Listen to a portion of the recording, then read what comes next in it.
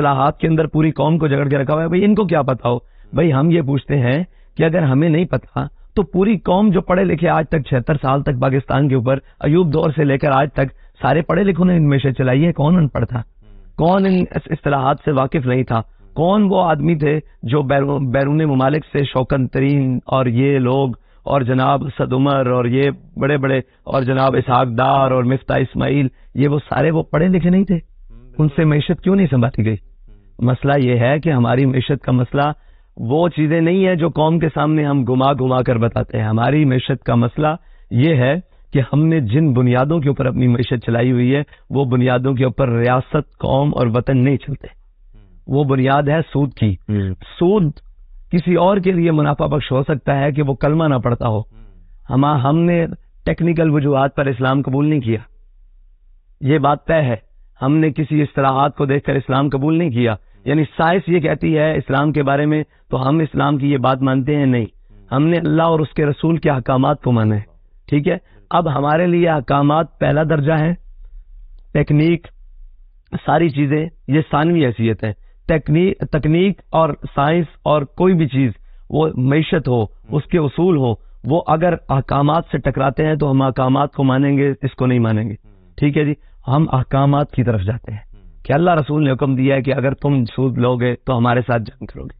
یہ سیدھی سیدھی باتیں ہیں. یہ قوم کو آپ جیسے مرضی گھما 76 سالوں سے کیا ہی ہے. سوال یہ ہے کہ اگر ہمیں معیشت کا نہیں پتا، جن کو آپ کہتے ہیں پتا ہے، جن کو بیرون ممالک سے پڑھایا ہے، جن کو لے کر آئے ہیں، انہوں نے کیا کیا ہے؟ کیا معیشت میں بہتر ہے؟ نہیں، آگے بھی چلتے ہیں کہ ہم کریں گے کیا. دیکھیں، پہلی بات یہ ہے کہ ہم خسارے کی طرف آتے ہیں. بجٹ کا، پاکستان کے بجٹ میں خسارہ کتنا ہے؟ 4,500 ارب روپیہ. ٹھیک ہے جی، اس 4,500 ارب کے لیے پاکستان کے اندر جتنی اشرافیہ ہے، جتنی بڑی جناب لوگ ہیں جو دیواروں کے اندر رہتے ہیں، قوم کی بات نہیں کر رہا، قوم تو ملک کے اندر رہتے ہیں، کچھ لوگ ہیں جو دیواروں کے اندر رہتے ہیں. صحیح. جنہوں نے ملک کے اندر ملک بنایا ہوا ہے، اور جن لوگوں نے، مراد اسٹیبلشمنٹ نہیں ہے، مراد وہ اشرافیہ بھی ہے، اس میں اسٹیبلشمنٹ بھی آتی ہے، اس میں بیوروکریسی بھی آتی ہے، اس میں وہ ساری چیزیں آتی ہیں، جنہوں نے اپنا ایک علیحدہ اسٹیٹس پوری قوم کے اندر بنایا ہوا ہے. مجھے یہ بتائیں کہ ایک طرف آبادی ہے 10 لاکھ کی اور ایک طرف آبادی ہے 2 لاکھ کی. 10 لاکھ کی آبادی کو بجلی میسر نہیں ہے، 2 لاکھ کی آبادی کی لوڈ شیڈنگ ہی نہیں ہوتی. یہ کیا طریقہ کار درست ہے قوم کے ساتھ؟ 10 لاکھ کا ریونیو اکٹھا کر کے 2 لاکھ کی آبادی کے لیے پل، سڑکیں تعمیر، بجلی، گیس، نالا، سیوریج، سارا کچھ تعمیر ہوتا ہے، اور 10 لاکھ کو پوچھا بھی نہیں جاتا. یہ بنیادی اصول ہے بھائی، یہ کوئی سائنس نہیں ہے.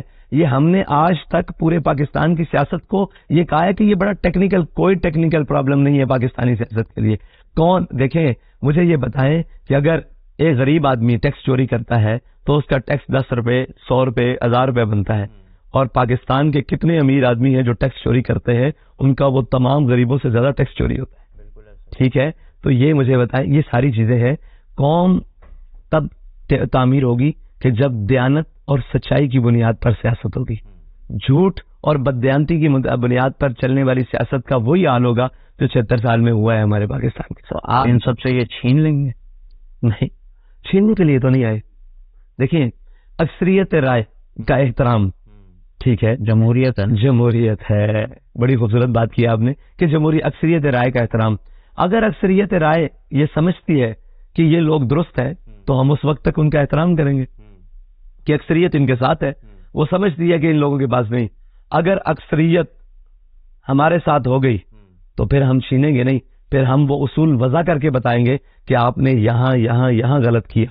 مجھے یہ بتائیں کہ آپ یہ سمجھتے ہیں کہ پاکستان کے اندر تنخواہوں کے حساب سے لیا جائے، مراد کا ایک حساب سے لیا جائے، ایک غریب کا بچہ ہے جو سالانہ 700 روپے روزانہ کی بنیاد پر 700 سے 1500 کے اندر دیہڑی کماتا ہے، اس کے اندر اس نے اپنے بچوں کی تعلیم بھی لینی ہے، اس نے اپنے بچوں کی جناب صحت کا بھی خیال کرنا ہے، ہیلتھ کا بھی خیال کرنا ہے، اپنے بچوں کا نان و نفقہ بھی پورا کرنا ہے، اپنے بچوں کو گھر کو چھت بھی دینی ہے، الیکٹریسٹی کی سہولیات اور تعلیم جو کچھ ہے اس نے اس 1500 ڈیلی میں کرنا ہے. آپ 1500 کو بڑھا کر 2000 پر بھی لیں.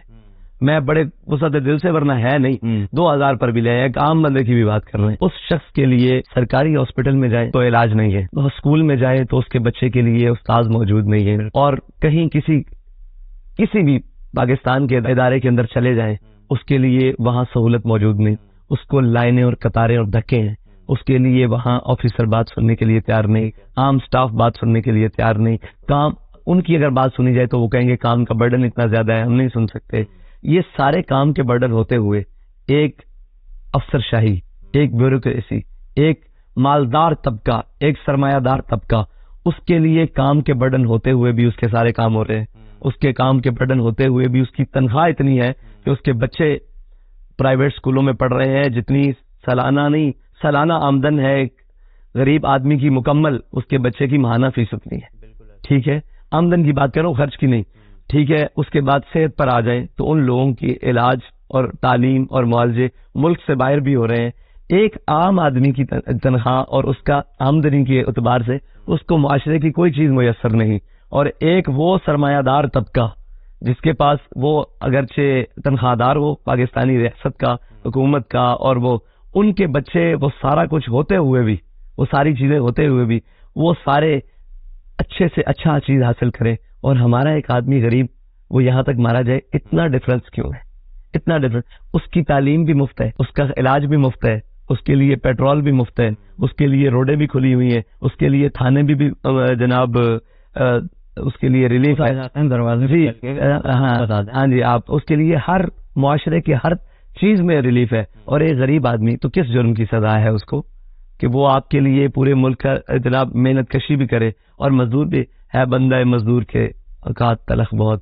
تو یہ میں آپ کی دیکھیں یہاں تک تو آپ کی بات جو بس شخص سنے گا وہ بالکل ایگری کرے گا. اس میں کوئی آپ جو بھی بات کر رہے ہیں یہ سب کے دل کی آواز ہے کہ ان کو معلوم ہے ناانصافی ہوتی ہے اور ان کو پتا ہے کہ ہم کچھ نہیں کر سکتے, کوئی ایسا آئے جو ہمارے لیے کچھ کر کے جائے. صحیح ہے, اور میرا خیال ہے گمان ہے کہ کبھی بھی ایسا ہوا نہیں ہے کہ کوئی آیا اور اس نے لوگوں کے لیے کبھی کچھ کیا ہو. جو آتا ہے وہ اپنے لیے کرتا ہے. لیکن میں کیونکہ اب یہ آپ سے ایک انٹرویو لے رہا ہوں گا تو میں ون سائیڈڈ نہیں ہو سکتا. مجھے آپ سے وہ سوال کرنے ہیں جو لوگ کرنا چاہتے ہیں. بالکل کریں. میں تو آغاز سے اختتام تک کہوں گا کہ بول کے لب آزاد ہے. شکریہ. اب معاملہ یہ ہے کہ دیکھیں پاکستان میں اس وقت جو اکثریت عوام کی ہے وہ 30 سال سے کم کی یوتھ. ٹھیک ہے, سب سے زیادہ پریشان اور کنفیوزڈ یہ لوگ ہیں. اگر کہیں ویسے تو آپ نے ابھی لٹریسی ریٹ کا ذکر کیا, ہماری بہت نہ ہونے کے برابر تعداد یونیورسٹیز جاتی ہے, اس سے تھوڑے زیادہ کالج جاتے ہیں, چند لاکھ بچے ہمارے اسکول جاتے ہیں کراچی میں, اور پورے ملک میں اسی طرح چند کروڑ. تو یہ معاملات ایسے ہیں کہ پریشانی ان کو ہے. بوڑھوں نے تو مر جانا ہے اپنا ٹائم پورا کر کے. ان سے تو آج بھی پوچھا جائے کہ پورا دن نیوز دیکھتے ہو, بتاؤ ہوگا کیا, تو کہتے ہیں پتہ نہیں بھائی, سمجھ میں کچھ نہیں آ رہا. اس کا مطلب ہے وہ دکھاتے وہی ہیں جو سمجھ میں نہ آئے. یہ بڑی سیدھی سی بات ہے. اس یوتھ کو حافظ سعد حسین رضوی صاحب کیا بتانا چاہتے ہیں کہ بھائی تم میری طرف آ جاؤ, تمہاری کنفیوژنز کا حل میرے پاس ہے, ان لوگوں کے پاس نہیں ہے. دیکھیے نوجوان جو ہے نا, نوجوان یاد رکھیں ان کے لیے 2 اصول ہوتے ہیں. نوجوانوں کا نہ تو کسی مسائل سے اور نہ تو کسی وقت سے کوئی ہوتا ہے. نوجوان اور گھوڑے کا کوئی وقت نہیں ہوتا اور کوئی وطن نہیں ہوتا. یہ یاد رکھیے. وہ جس جانب جائیں جہاں جائیں بس جد و جہد ہوتی ہے. یہ یاد رکھیے گا. نوجوانوں کے لیے ہمارا یہ ہے کہ آپ جانا چاہتے ہیں ملک سے باہر, ہم آپ کو بھیجنے کے لیے تیار, میں بھیجنے کے لیے بالکل تیار ہوں. لیکن میں آپ کو نوکر بنا کر نہیں بھیجنا چاہتا, میں آپ کو باصلاحیت اور باہنر کر کے بھیجنا چاہتا ہوں. اس کے لیے آپ کے اسکلز کو ابھارنے کے لیے میں ہر ایک کو تعلیم دے دوں. بالکل ٹھیک ہے, تعلیم یافتہ ہو لیکن باہنر بھی تو ہو. اور اس وقت پوری دنیا میں آئی ٹی کا شعبہ بہت بڑا شعبہ ہے. ایسا ہی کنسٹرکشن کا شعبہ بہت بڑا شعبہ ہے. اور پوری دنیا میں پورے نظام کے اندر بہت ساری اسپیس ہے جہاں ہم یہ کہتے ہیں کہ آپ بحیثیت مزدور نہیں جائیں, جہاں آپ کی عزت ہی نہ ہو. آپ باصلاحیت ہو کر جائیں. اس کے لیے اس وقت پاکستانی قوم کو اور پاکستانی بجٹ کا بہت بڑا حصہ ہمیں بچوں کے باہنر ہونے پر اور تعلیم ہونے کے لیے اور شعور کرنے کے لیے ان کے اوپر خرچ کرنا ہوگا. اور اس کے لیے ہمیں بھوکا پیٹ رہنا پڑے, اس کے لیے ہمیں کفایت شار قوم بننا پڑے. یہ ہمیں کرنا پڑے گا. اگر ہم کہیں کہ ہمارے گل فرچے اور گل پرچے بھی اڑتے رہیں گے اور شاہ خرچیاں بھی ہوتی رہیں گی اور ساری چیزیں ہوتی رہیں گی, اور ہمارے کھانے اور دہی اڑ اڑ کر ہمارے حکمرانوں کے, اور وہ میں نے آپ کو کہا کفایت شاری امارت میں لانی پڑے گی, اور اپنے وہ خرچے اور اپنے پروٹوکولز کم کر کے اپنے بچوں کو تعلیم سے اور ہنر سے آراستہ کرنا ہوگا تاکہ وہ دنیا میں کسی جگہ بھی چلے جائے. اور یہ یاد رکھیے گا کہ اس وقت یہ حق نہیں ہے, اس وقت اس سے زیادہ خطرناک ماحول تب بنے گا جب 28 اور 30 آئے. جب بیبی بوم آ رہا ہے پاکستان میں, اور اتنا بڑا بیبی بوم ہوگا, تقریباً وہ 10 سے 15 ملین کے درمیان ہوگا, اور وہ ایک درد سر ہوگا پورے پاکستان کے لیے. اس کے لیے یہ نہیں کہ میں بحیثیت تحریک لبیک پاکستان, میں بحیثیت ایک پاکستانی, بحیثیت ایک مسلمان, بحیثیت ایک قوم کی, میں تمام سیاستدانوں سے کہتا ہوں کہ آپ نے جو کچھ کر لیا وہ ماضی ہو چکا ہے. ٹھیک ہے, جو کرنے جا رہے ہیں وہ مستقبل ہے, اور ماضی یہ بھیانک چہرہ دکھا رہا ہے کہ مستقبل بھی بھیانک ہے. ٹھیک ہے, اس وقت یہ وقت ہے کہ آپ ان سارے مسائل کو چھوڑ کر اس ایک مسئلے کے اوپر کھڑے ہو جائیں اور اپنے ان نوجوانوں کو نکال لیں. اس کے لیے ہماری کہیں ضرورت ہے, ہم حاضر ہیں, لیکن میرے پاس پلان یہ موجود ہے کہ ہم ان کو تعلیم اور ہنر سے آراستہ کریں. 2 بڑی ہیں, اس کے بعد نیچے بھی ساری چیزیں ہیں. اگر آپ نے اس کو مزدوری میں بھی بھیجنا ہے تو اس کو ٹیکنیکل مزدوری میں کر کے بھیجیں, اس کی تنخواہ اور اس کے صحت اور اس کی جو باڈی ہے وہ اس کی اجازت دے. یہ نہ ہو کہ ہمارا نوجوان یہاں سے کام کرنے کے لیے جائے باہر ملک میں اور وہ 10 سال بعد بیمار اور ہو کر واپس آ جائے, تو وہ جو ہمارا 80 سال کا بوڑھا بیٹھا ہوا ہے نا, اس کو تو ہم سنبھال لیں گے. اگر ہمارا نوجوان 1 کروڑ یا 50 لاکھ یا 10 لاکھ یا 20 لاکھ 25 سال 35 سال 40 سال کی عمر میں 80 سال بن کر آ گیا نا, وہ ہم سے نہیں سنبھلے گا, یا پھر وہاں جا کر واپس نہ آنا چاہے اور ایمان بھی گنوا بیٹھے تھے. دیکھیں وہ تو پھر یہ ہے کہ دنیا کی رمک چمک تو ہے نا, اس کے لیے تو ہمیں تربیت کرنی ہوگی. تو اس کے لیے آپ کے سامنے ہیں, ہم تربیت کر رہے ہیں, ایمان کی بات پہلے کر رہے ہیں اور اسباب اور اموال کی بات. یہ بات ہمارے لوگوں کو سمجھ میں آنا چاہیے نا کہ جواب مکمل ہے, اور جواب اس طرح مکمل ہوتا ہے. ابھی ماضی کی آپ نے بات کی, عوامی مسائل, ابھی موجودہ بارشیں ہوئیں, سارے پول کھل گئے, صحیح ہے, اور لوگ جانتے ہیں کہ کیا ہو رہا ہے اور کون کر رہا ہے, ماضی بھی جانتے ہیں. معاملہ یہ ہے کہ جتنا بھی لفظ سیاست سے ہمارے لوگ واقف ہیں, تو سیاست کے نام پہ وہ جانتے ہیں کرپشن ہوتی ہے, وہ جانتے ہیں بدعنوانیاں ہوتی ہیں, وہ جانتے ہیں کہ غنڈہ گردی ہوتی ہے, وہ جانتے ہیں کہ چور بازاری ہوتی ہے, اپنا مال بنایا جاتا ہے. یہ پولیٹکس کی ڈیفینیشن ہے لوگوں کے نزدیک جو بنائی گئی ہے پچھلے 76 برسوں میں, ان کے سامنے جو ریکارڈ پیش کیا گیا ہے. تو اسلام کی سیاست کیا ہے؟ کیونکہ ایک یہ بھی سوال ہے نا کہ مولوی کا سیاست سے کیا کام ہے, آپ پھر ایسے کام کر رہے ہیں. دیکھیں ہمارے ہاں سیاست جمہوریت کو مسلط اس لیے کیا گیا ہے, یہ ایک ایسا زہر ہے جو ہماری رگوں اور نسوں میں اتر گیا ہے. آپ سیاست میں آتے ہیں, آپ مجھے بتائیں کہ ہم نے الیکشن کو کتنا مہنگا کر دیا ہے کہ آج قوم کا غریب آدمی تو یہ سوچ بھی نہیں سکتا. بہت بڑی بات ہے ایم پی ایم این اے, میں سمجھتا ہوں وہ ایک چیئرمین اور کونسلر کا الیکشن بھی نہیں ہو سکتا اپنے پیسوں سے, اس لیے کیونکہ ہم نے ہر چیز کے اوپر سرمایہ لگا دیا ہے.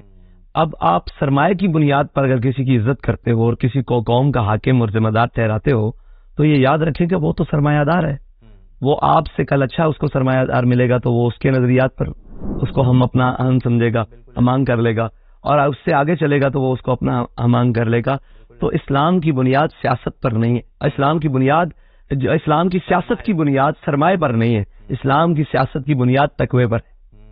ٹھیک ہے جی, میرے آقا مولا صلی اللہ تعالی علیہ وسلم کا فرمان ہے, یہ غور کیجئے گا کہ قوم کا سردار قوم کا خادم ہوتا ہے. ٹھیک ہے جی, اپنوں کے لیے وہ نرم ہوتا ہے, غیروں کے لیے سخت ہوتا ہے, گرم ہوتا ہے. ہمارے ہاں سیاست کا تصور ہی الٹ ہے. قوم کا جتنا چور اور چکا ہے, جتنا کرپٹ اور بدعنوان ہے, وہ قوم کا رہبر اور رہنما ہے. اس لیے کیونکہ سیاست کی بنیاد سرمایہ پر ہے. جب سرمایہ پر بات آئے گی تو جو حق کا سرمایہ ہے, سچ کا سرمایہ ہے, وہ ہوگا تھوڑا, لیکن وہ ہم اسی لیے کوشش کرتے ہیں کہ سرمایہ داروں کو چھوڑ کر نظریات کو پروموٹ کیا. بڑی دلچسپ بات ہو گئی, یعنی سرمایہ ہے. تو وہ جو ایک سوال میرے ذہن میں تھا, بہت سارے لوگوں کے ذہن میں ہے کہ بھئی سب کے ایڈ چل رہے ہیں, کیمپینز چل رہی ہیں, اخباروں میں چھپ رہا ہے, ٹیلی ویژن پہ آ رہا ہے, لیکن ٹی ایل پی کا کہیں پہ نام و نشان نظر نہیں آ رہا. صحیح ہے, تو وہ نظر آتا ہے کہ سرمایہ کی بنیاد پہ ہر جگہ ہر چیز دکھائی دیتی ہے. وہ علامہ اقبال نے کہا نا, اگرچہ زر بھی ہے جہاں میں کاذل حاجات, اگرچہ زر بھی ہے جہاں میں کاذل حاجات, جو فقر سے میسر ہے تونگری سے نہیں. یہ بات طے ہے.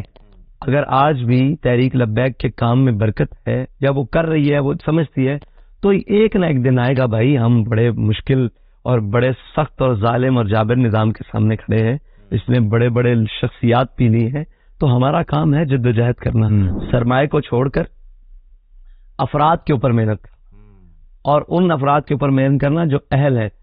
کبھی تو وقت آئے گا، کتاب رہے گی کب تک سادہ، کبھی تو آغاز باب ہوگا. تو الحمدللہ بہت ہو گیا.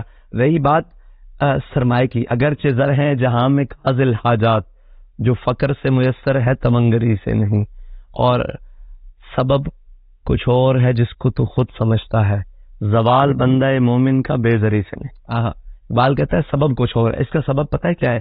ہم یہ کہیں کہ ہم بے زر ہے اور قوم ہمیں پسند نہیں کر رہی، یہ غلط بات ہے. آپ بے زر ہیں، آپ کے پاس کوئی مال دولت نہیں ہے، قوم کو مال و دولت نہیں چاہیے.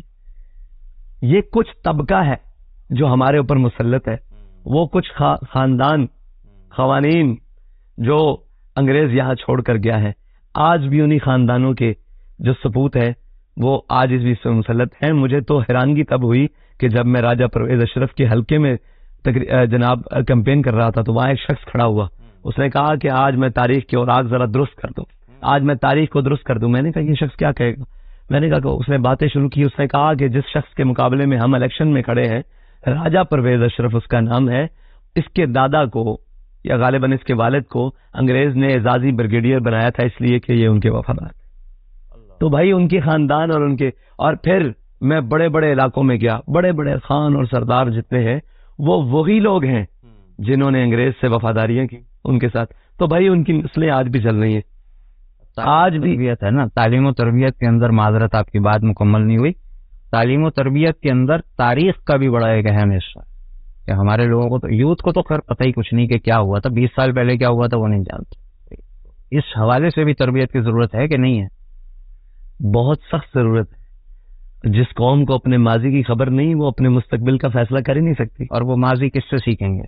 وہ ماضی اس شخص سے سیکھے، اس شخصیت اور اس کتاب سے سیکھے جس کا ٹکراؤ آج بھی اس ظلم کے نظام کے خلاف. ماضی اس سے سیکھیں گے نا، یا تو ماضی اس سے سیکھے. ماضی تو پھر دو طریقے کا ہے، ایک ہے جنہوں نے اس وقت بھی اس ظلم کے نظام کا ساتھ دیا اور آج بھی اس ظلم کے نظام کا ساتھ دے رہے، وہ پھر ماضی میں بھی اور مستقبل میں بھی اسی کردار کے حامل ہے. ایک ماضی وہ ہے جنہوں نے اس ظلم کے نظام کا مقابلہ کیا، اس کی مخالفت کی، اس کو یہاں سے بھاگنے پر مجبور کیا، اس کو ناکو چنے چبائے، ایسٹ انڈیا کے نام کمپنی کے نام پر پورے برِ صغیر پر مسلط ہونے والوں کو یہاں سے بھگایا اور پھر ان کو بھاگنے پر اس کا جبر سہا، اس کا ظلم سہا اور اپنے موقف سے پیچھے نہیں ہٹے. ٹھیک ہے، اور اس کو بگایا، سامراج کو بگایا، فرنگی سامراج، انگریزی سامراج کو بنایا، اور آج بھی اس سامراج کے مقابلے میں کھڑے ہیں کیونکہ ماضی حال اور مستقبل بتائے گا. تو دونوں جانب دیکھ لیں. اگر یہ اس بات پر راضی ہے کہ وہ ہم ملکہ تاج برطانیہ کے جو غلام اور آج خاندان نسل در نسل ہم لوگ موجود ہیں، اب وفادار ہیں، اور آج بھی وہ وفادار ہیں، ان کے آج بھی ان کی ذہنیت وہی والی ہے. آپ یہ قطعاً چھوڑ دیں کہ قوم کے اندر شعور آ گیا ہے. اور بھائی ہم شعور والے چند لوگ ہیں، ہم یہ بھی نہیں کہہ سکتے کہ ہمیں بھی مکمل شعور آ گیا ہے. شعور، آگاہی آ گئی ہے، بہت دور ہے آگاہی. آپ نیچے اتر کر تو دیکھیں کہ انہوں نے قوم کو دبا کر کیسے رکھا ہوا ہے. آپ ایک علاقے میں یہاں سے نکلیں چند شہری پوش علاقوں سے اور نیچے اتر کر دیکھیں، ان کی تو جرت نہیں ہے وہ ان کے سامنے سلام کرے، وہ ان کی جرت نہیں ہے وہ اثر اٹھا سکے. انہوں نے ان کے فیملی سسٹم کو، ان کے خاندانی سسٹم کو اتنا دبا کر رکھا ہوا ہے کہ وہ شخص اگر سٹیکر بھی لگا لینا تو اس کو رات کو حساب دینا پڑتا ہے کہ اس سٹیکر کی کیا قیمت. تو اس پورے ظلم کے اور جبر کے نظام سے وہ انگریز ہمیں بہت بڑے تحفے دے کر گیا ہے. اس نے کہا انہوں نے ہندوستان تو لے لیں، اب اس کا نتیجہ کیا ہے؟ اس نے کہا جو وفادار ہیں ان کے سپرد کر دو. تو وہ آج تک انہی کے سپرد ہے. یہ نظام، یہ جدھر سے بھی آپ بات لے کر آئیں گے، ظلم اور جبر یہ اس حد تک سرایت کر چکا ہے کہ اوپر سے لے کر نیچے تک یہ سٹیپ بائی سٹیپ. اوپر بڑا ظالم ہے، اس کا نمائندہ نیچے گلی کی کسی نکر تک بیٹھا ضرور ہے. ہم شعور کے پلیٹ فارم سے ان چیزوں کو اس طرح بیان کرتے ہیں کہ یہ سرمایہ دارانہ نظام کا وہ جبر ہے جو مختلف صورتوں میں خوبصورت نعروں کی آڑ میں آپ پر مسلط کیا گیا، اور آپ نے یہ زنجیریں بڑی خوبصورت سمجھ کے پہن. کیا خوبصورت بات ہے. اور علامہ اقبال نے پھر کہا نا کہ اگر جہاں میں میرا جوہر آشکارا ہوا، اگر جہاں میں میرا جوہر آشکارا ہوا، قلندری سے ہوا سکندری سے. تو طریقہ قلندری آئے گا کام، اور وہ ہے کہ ہائے ہائے تھا پدر ابراہیم پسر آزر، ہائے ہائے بڑی، یہ اگرچہ بت ہے جماعت کی آستینوں میں، مجھے حکم اذاں لا الہ الا اللہ، اور یقین جانیے سیاست ہو کوئی بھی چیز ہو اس ملک کے اندر ہر شخص نے اپنے اندر ایک بت پالا ہے اور ہم اس بت کی پوجا کرتے ہیں. ہم اسلام کو نہیں مانتے، ہم نظریات کو نہیں مانتے، ہم احکام کو نہیں مانتے، ہم کسی بھی چیز کو. اور یہاں آج بھی سرمایہ نظریات سے بہت مضبوط ہے، لیکن انشاءاللہ ہم نا امید نہ ہو ان سے اے راہبر فرزانہ. کم کوش تو ہیں لیکن بے ذوق نہیں رہی. اور اللہ کو پامردی مومن پہ بھروسہ. ہمیں یہ یقین ہے کہ انشاءاللہ یہ نظام بدلے گا، لیکن ہم ظلم کے خلاف ہیں. انشاءاللہ اس کے لیے صبر بھی حسین جتنا ہونا چاہیے. صرف 2 سوالات آپ کے وقت کو مد نظر رکھتے ہوئے میں کروں گا. یہ دونوں ذرا سخت اور مشکل سوالات ہو سکتے ہیں. جمہوریت یعنی کہ جس کو اب ہم جب جمہوریت کا لفظ استعمال کرتے ہیں تو ہمارا میننگ کچھ اور ہوتا ہے، لیکن جو اصل میں جمہوری نظام ہے، ڈیموکریسی، یہ تو ویسٹ کا ایک بنایا ہوا پورا سسٹم اور جال ہے جس میں وہ بنا لیں گے قوانین انسانوں کی مرضی کے، چاہے وہ شریعت کے کتنے ہی خلاف ہوں. اکثریت کہہ رہی ہے تو اس کو بنا لو. اس میں حاکمیت اعلیٰ اور اقتدار اعلیٰ اللہ تبارک و تعالیٰ کے پاس ہونے کا کوئی تصور موجود نہیں ہے. صحیح ہے. اسی کو ہم سیکولرزم کہتے ہیں مختلف صورتوں میں، اور یہ اسی کے ذریعے لبرلزم جو ہے وہ دنیا میں رائج ہوتا ہے. معاملہ یہ ہے کہ جب ڈیموکریسی کی بات ہوتی ہے تو انٹیگرل پارٹ ہے اس کا، ایک نظام کا حصہ ہے کہ ووٹنگ ہوگی. آپ دین کی بات کرتے ہیں اور جمہوری نظام کے لیے ووٹ مانگتے ہیں. کیا ہم سے کچھ سمجھنے میں غلطی ہو رہی ہے یا اس کے اندر کوئی اسٹریٹجی ہے؟ دیکھیں، ہم جمہوریت کو آلہ کے طور پر استعمال کرتے ہیں. ٹھیک ہے، ہم بات دین کی کر رہے ہیں اور دین کے لیے ووٹ مانگ رہے ہیں. سسٹم جمہوریت کے اندر کس کے لیے مانگ رہے ہیں؟ دین کے لیے، اور دین کے نظام کے لیے اور اس کے نفاذ کے لیے مانگ رہے ہیں، اور اس کے سسٹم کے لیے مانگ رہے ہیں. مانگ کس کے رہے ہیں؟ سسٹم اس ملک میں جمہوریت کا ہے، تو ہم جمہوریت کے ذریعے. اور یہ یاد رکھیے گا کہ ہم یہ کہتے ہیں کہ یہاں 80%، 90%، 95%، وہ 95% مسلمان بستے ہیں. 98% کہہ دیا جاتا ہے کہ مردم شماری صحیح نہیں ہوتی تو ہم کیا بھروسہ جتنے فیصد بھی مطلب اکثریت مسلمانوں کی ہے. تو ہمیں یہ حق حاصل ہے کہ ہم اکثریت رائے کی یہ کہیں کہ آپ اسلام کے نظام کو قبول کریں. یعنی آپ سسٹم کے اندر ایک چیز کو ٹرم کے طور پہ اپنے لیے سمجھیں. اور جمہوریت اعلیٰ ہے. ہماری منزل وہی ہے جس منزل کے لیے ہمارے بڑوں نے نعرہ لگایا تھا کہ بٹ کے رہے گا ہندوستان، بن کے رہے گا پاکستان. اور پاکستان کا مطلب کیا؟ اگر مطلب نکال دیا جائے تو پاکستان کیا؟ کچھ نہیں، سوالیہ نشان ہے. سوالیہ نشان. اگر کاروبار کے لیے، اگر سرمایہ کے لیے، اگر انڈسٹری کے لیے، اگر اپنی سیاست کے لیے، تو وہ تو ہندوستان میں جاری تھی بڑے اچھے طریقے سے، نارکلیوں میں. اور ادھر آپ کی دکانیں تھی، آپ کو روٹی تب بھی ملتی تھی. اور آج بھی ہندوستان کا مسلمان بھوکا تو نہیں سوتا. نہیں، بھوکا بھی نہیں سوتا، نماز بھی پڑھتا ہے، روزہ بھی لیتا ہے. کوئی ان کاموں کے لیے اس کو نہیں چھیڑتا. ہاں، جس سسٹم کے لیے ہم نے بنایا تھا وہ سسٹم کیا تھا کہ پاکستان کا مطلب کیا؟ لا الہ الا اللہ محمد رسول اللہ. دستور ریاست کیا ہوگا؟ محمد رسول اللہ. تو ہم نے اس مطلب اور اس دستور کے اوپر ملک کو لے کر آنا ہے. دیکھیں، میں آپ کو ایک بات، ہم یہاں بیٹھے ہیں، یہ کیمرے آپ نے لگائے ہیں ریکارڈنگ کے لیے، یہ میرے ہاں مائک لگا ہوا ہے، یہ میں نے لباس پہنے ہیں پہننے کے لیے. اگر میں یہ لباس اتار کر، مثال دے رہا ہوں، اس فرش کی صفائی شروع کر دوں تو اس لباس کا مقصد ختم ہو جائے. یہ کیمرے اتار کر آپ ان کو شو پیس میں یا کہیں لٹکا دیں تو اس کیمرے کی وقت ختم ہو جائے گی. یہ ریکارڈنگ کے لیے، اس کو آپ ممبر اور محراب پر نہیں رکھ سکتے. اس کیمرے کو اٹھا کر آپ گاڑی کی اسٹیئرنگ پر یا ویل پر فٹ نہیں کر سکتے، کیونکہ یہ تو ریکارڈنگ کے لیے بنا ہے. یہ تو 1 منٹ بھی نہیں نکالے گا. یہ ملک بنا تھا دین کے لیے، یہ ملک بنا تھا اسلام کے لیے. ہم نے 76 سالوں سے اس کو لگایا ہوا ہے، کبھی کسی کے پیچھے، کبھی ماشاء اللہ کے پیچھے، کبھی ڈکٹیٹرشپ کے پیچھے، کبھی جناب فلاں کے پیچھے، کبھی فلاں کے پیچھے. تو یہ ملک نہیں چل سکتا. اس ملک کو جب تک اس کے مقصد کے لیے استعمال نہیں کیا جائے گا جس مقصد کے لیے ہم نے حاصل کیا، یہ ملک کی منزل نہیں آئے گی. تو جس مقصد کے لیے جو چیز بنی ہوتی ہے، یہ مقصد پاکستان کا مقصد بنانے کا یہی تھا کہ 2 قومی نظریہ. اور اس کو اس لیے بنایا گیا تھا کہ مسلمانوں کی اپنی علیحدگی، وہاں وہ اپنے اصول، اپنے معاشرت، اپنے رائج، اپنی تہذیب، تمدن اور اپنے دین کے مطابق اپنے نظام کو چلائیں گے. تو جب تک یہاں نہیں چلے گا اس وقت تک اس کی. اور یہ کہتے ہیں ترقی اور یہ وہ. بھائی آپ مجھے بتائیں کہ اس ملک کے اندر کتنی یونیورسٹیز موجود ہیں، کتنی آج تک. جب ہم نے بائیکاٹ کیا چیزوں کا تو افسوس تو یہ ہوا کہ ہمیں جو کہتے تھے کہ انہوں نے آج تک کیا کیا ہے، ان لوگوں نے کیا کیا ہے. ان لوگوں نے تو ایک بسکٹ کا پیکٹ بھی نہیں بنایا پاکستانی، اور وہ باہر سے لنڈے کا لا کر ہمارے اوپر یہ تانگے کہ ہم بڑے ترقی یافتہ لوگ ہیں. اور بھائی تم نے انگریزی لی ادھر سے, پینٹ کوٹ لیا ادھر سے, تم یہ بتاؤ کہ تم نے خود کیا کیا. تم کہتے ہو ہم ترقی یافتہ ہیں, کیا انگلش بولنے سے انسان ترقی یافتہ ہو جاتا ہے؟ کیا پینٹ کوٹ پہننے سے ترقی یافتہ؟ آپ نے انڈسٹری لگائی, اس انڈسٹری میں پاکستان کو دیا کیا؟ میں پاکستان کے تمام انڈسٹری سے یہ سوال کرتا ہوں کہ آپ نے پاکستان کو دیا؟ جب ہم نے چیزوں کی فہرست اٹھائی تو وہ تو پاکستانی ہے ہی کوئی نہیں, وہ تو سارے لیبر برادر کی ساری چیزیں, آپ لنڈے کی چیزیں ہمارے اوپر لا کر روب داب بٹھایا ہوا تھا کہ ہم بڑے پڑھے لکھے ہیں. کیا آپ نے پڑھا لکھا کیا ہے اس ملک کے ساتھ؟ آپ کے پاس تو شوگر ملز کی مشینری کے پرزے تک نہیں بن سکے پاکستان میں, وہ بھی باہر سے آ رہے ہیں. تو آپ نے کیا کیا ہے؟ اچھا کہتے ہیں ترقی کی راہ میں ہم رکاوٹ ہے. ہم نے آپ کو کب رکاوٹ چلی؟ آپ بتائیں کہ آپ کی یونیورسٹی کے باہر آ کر میں نے کبھی جناب کوشش کی ہے کہ جناب یہاں یہ کیا جائے وہ کیا جائے؟ بلکہ آپ نے آ کر ہمارے مدارس میں کہا کہ دنیاوی تعلیم پڑھائیں. ہم نے کہا چلے ٹھیک ہے, ہمارے علماء نے کہا پڑھاتے ہیں, ہاں پڑھاتے ہیں اور پڑھا رہے ہیں, انشاءاللہ پڑھائیں گے. لیکن مسئلہ یہ ہے کہ آپ تو ہمیں دنیاوی تعلیم پڑھانے آتے, آپ کی دنیاوی تعلیم کہاں ہے؟ آپ نے اس ملک کو کیا دیا ہے؟